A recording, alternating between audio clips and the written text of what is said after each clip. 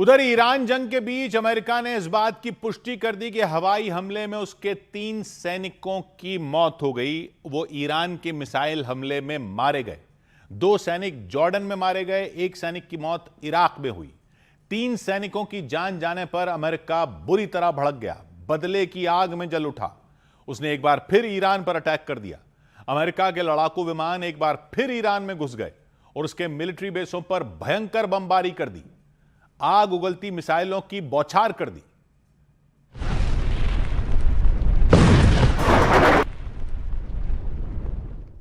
America की सेना ने जानकारी दी, उसने लगातार 9वें दिन ईरान में एयर स्ट्राइक की, जबरदस्त हमले किए, दुश्मन के कई सैन्य अड्डों को तबाह कर दिया, उजाड़ दिया, तहस नहस कर दिया, उसकी ईंट से ईंट बजाकर रख दी। अमेरिका का दावा है कि इस हमले ने ईरान की IRGC सेना को तगड़ी चोट दी, मिसाइलों की खेप बर्बाद कर दी, उसकी ड्रोन की खेप बर्बाद कर दी, गोला बारूद की खेप बर्बाद कर दी, दूसरे खतरनाक हथियारों सब की खेप उसने बर्बाद कर दी। इस हमले के बाद डोनाल्ड ट्रंप ने बयान दिया कि उनकी फौज ने बीती रात ईरान पर कहर ढा दिया, खतरनाक हमले कर दिए, उन अमेरिकी सैनिकों के सम्मान में हमले किए जिनकी जंग में मौत हुई। अमेरिका के रक्षा विभाग पेंटागन ने बताया कि युद्ध में उसके 3 सैनिकों की जान चली गई। 2 सैनिक जॉर्डन में ईरान के मिसाइल हमले का शिकार हुए। वो वहां अमेरिका के एयरबेस मुवफ़्फ़क़ सल्ती एयरबेस पर तैनात थे। 3 दिन पहले ईरान ने वहां बहुत बड़ा हमला करने का दावा किया था, अमेरिका के कई लड़ाकू विमानों को बर्बाद करने का दावा किया था।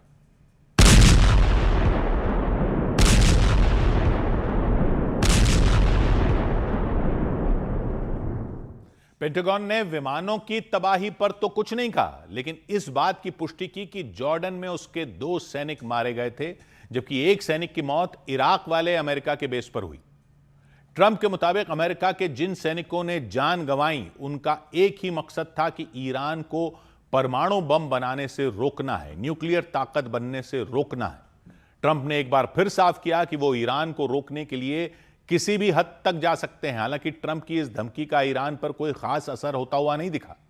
अमेरिका के हमलों के बाद उसने एक बार फिर पलटवार किया और इस बार भी उसके निशाने पर पश्चिम एशिया के वो देश रहे जहां अमेरिका के सैन्य अड्डे हैं। उसने कुवैत पर हमला किया, बहरीन पर हमला किया, सीरिया पर हमला किया, जॉर्डन पर हमला किया, जॉर्डन के अल-अक़बा शहर के एयरपोर्ट पर हमला किया। यह जॉर्डन के दक्षिणी छोर पर लाल सागर के किनारे मौजूद है। इसका बॉर्डर इजराइल से भी लगता है। यही वजह रही ईरान के इस हमले पर इजराइल भी गुस्से से लाल हो गया। उसने धमकी दी कि अगर ईरान की कोई भी मिसाइल उसकी जमीन पर गिरी तो ठीक नहीं होगा। ऐसा हुआ तो इजराइल की सेना एक बार फिर ईरान पर टूट पड़ेगी और बड़े पैमाने पर जंग छेड़ देगी, पूरे ईरान में आग लगा देगी। 100 बात की एक बात यह कि यह तो हकीकत है कि अमेरिका हैरान है कि ईरान अब तक टिका कैसे हुआ है। ट्रंप ने तो शायद सोचा था कि जैसे वेनेजुएला पर अमेरिका ने हमला किया और निकोलस मदुरो को पकड़ कर लिया है, वैसा ही कुछ ईरान में हो जाएगा। लेकिन वैसा तो छोड़िए, इतने हमले करने के बाद भी और फिर बातचीत की बात करने के बाद भी, युद्ध विराम करने के बाद भी, जब अमेरिका ने फिर हमले शुरू किए तब भी ईरान डटा हुआ है, पलटवार भी कर रहा है। अमेरिका ने माना उसके 3 सैनिक मारे गए। अमेरिका के एक बेस पर लगातार वो हमले कर रहा है। अगस्त का महीना आने वाला है, फरवरी से जंग चल रही है। यही अपने आप में अमेरिका के सुपर पावर होने के तमगे को चुनौती है। फरवरी में ही जब अमेरिका और इजराइल ने मिलकर ईरान पर हवाई हमले किए थे, तो ईरान के supreme leader Ayatollah Ali Khamenei और उनके परिवार के कुछ सदस्यों को तो तभी मार दिया था। तो अब तक ईरान कैसे लड़े जा रहा है? बल्कि जिस पैमाने पर आयतुल्लाह अली खामनेई के अंतिम संस्कार में लोग निकल कर आए, उसमें और कुछ हुआ हो ना हुआ हो, यह तो साफ हो गया कि ईरान के इस्लामी शासन की पकड़ तो बिल्कुल भी कम नहीं हुई है देश पर। अमेरिका ने तो यह फैलाया था कि लोग ही शासन के खिलाफ हो जाएंगे, वो तो अमेरिका के खिलाफ ज्यादा हो गए हैं, ऐसा दिख रहा है। अमेरिका फिर से हमले कर रहा है तो ईरान भी जवाब में बहरीन में अमेरिकी ठिकानों पर हमले कर रहा है, कुवैत में अमेरिकी ठिकानों पर हमले कर रहा है, कतर में कुवैत में अमेरिकी ठिकानों पर हमले कर रहा है, वो समुद्र में टैंकरों पर भी हमले कर रहा है। अमेरिका को जो उम्मीद थी कि ईरान की अर्थव्यवस्था पूरी तरह चरमरा जाएगी, तो जनता सड़कों पर उतर आएगी, शासन कमजोर पड़ जाएगा, अंत में खुद ही इस्लामी शासन को उखाड़ फेंकेगा, न तो वैसा कुछ हुआ, नहीं, वैसा कुछ होता हुआ दिख रहा है।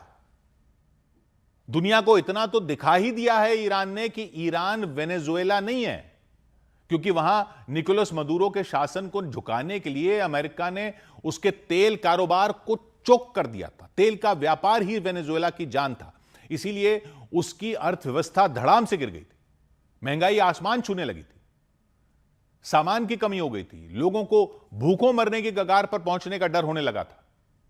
और फिर क्या हुआ था कि वहां के शासन के अंदर ही फूट पड़ गई थी, सेना और नेताओं के बीच झगड़े होने लग गए थे वेनेजुएला में। कुछ का कहना था अमेरिका इस सबको हवा दे रहा था। फिर अमेरिका ने सैन्य कार्रवाई कर दी, मदुरो को पकड़ लिया। अमेरिका ने डेल्सी रोड्रिगेज के नेतृत्व में सरकार को समर्थन दिया, नई सरकार बनवा दी वहां पर। यानी अमेरिका ने जो दबाव बनाया उसने वहां शासन को कमजोर कर दिया और बदलाव ला दिया। लेकिन ईरान में ऐसा क्यों नहीं हुआ? क्योंकि ईरान कई साल से इस तरह के अमेरिका के दबाव के लिए खुद को तैयार कर रहा था। यह अब तो साफ दिख रहा है कि ईरान जो कर रहा है उसकी उसने पूरी तैयारी कर रखी थी। आईआरजीसी के नाम पर आयतुल्ला शासन ने जो पैरेलल सरकार और पैरेलल सेना बना रखी थी, वो इसी दिन के लिए बना रखी थी। इस्लाम के नाम पर जो संस्थाएं खड़ी कर रखी थी, वो इसी दिन के लिए खड़ी कर रखी थी। जब अमेरिका ने ईरान के तेल व्यापार पर सख्त प्रतिबंध लगाए तो वो वेनेजुएला की तरह टूट नहीं गया। ईरान ने डार्क फ्लीट के जरिए तेल बेचना जारी रखा, यानी अमेरिका की पकड़ में ही ना आए, उसने तेल बेचने का पूरा सिस्टम बना रखा था। डार्क फ्लीट के जहाज अपना ट्रैकिंग सिस्टम बंद कर देते थे, समुद्र में ही तेल एक जहाज से दूसरे जहाज में ट्रांसफर कर देते थे, और चीन जैसे देशों को सस्ता तेल बेच रहे थे। डॉलर के बजाय दूसरे तरीकों से पैसों का लेन देन हो रहा था। तेल निर्यात पूरी तरह बंद ही नहीं हुआ, बल्कि लाखों बैरल रोजाना निकलता रहा। अर्थव्यवस्था चलती रही ईरान की। ईरान हथियार भी बनाता रहा, ड्रोन इतने बनाकर रख लिए थे कि अभी तक लड़े जा रहा है। और सरकार और सेना का डबल सिस्टम खड़ा कर लिया था तेल की कमाई से। डबल सिस्टम, एक तरफ नियमित सेना है, दूसरी तरफ आईआरजीसी की सेना है। एक तरफ सरकार है, दूसरी तरफ आयतुल्ला का शासन है। दबाव पड़ने पर दोनों एक साथ काम करते हैं। जब अमेरिका का हमला हुआ तो अंदर के नेता और सेना वेनेजुएला की तरह एक दूसरे के खिलाफ नहीं हो गए, बल्कि अमेरिका के खिलाफ सब एकजुट हो गए। अमेरिका और इजराइल की सारी खुफिया जानकारियां यहीं तो फेल हो गई। अब जो भी हो जंग का, यह तो साफ है अमेरिका की सारी इंटेलिजेंस इस मामले में फेल दिख रही है। ईरान ने विचारधारा की लड़ाई लड़ी, विचारधारा के जरिए लड़ाई लड़ी और बरसों तक लड़ी। उसने अमेरिका के प्रतिबंधों को ही उसका आक्रमण बता दिया था अपनी जनता को। तो जब असल में हमला हुआ तो लोग अमेरिका का साथ देने कहां से आ सकते? जिन सड़कों पर हिजाब आंदोलन में आयतुल्ला शासन के खिलाफ नारे लग रहे थे, उन्हीं सड़कों पर आयतुल्ला की अंतिम यात्रा में ट्रंप के खिलाफ, ट्रंप को मौत देने के नारे लगते दुनिया ने देखे। वेनेजुएला ने अपनी लड़ाई विचारधारा के लेवल पर नहीं लड़ी थी, वहां दबाव पड़ते ही अंदरूनी फूट पड़ गई थी।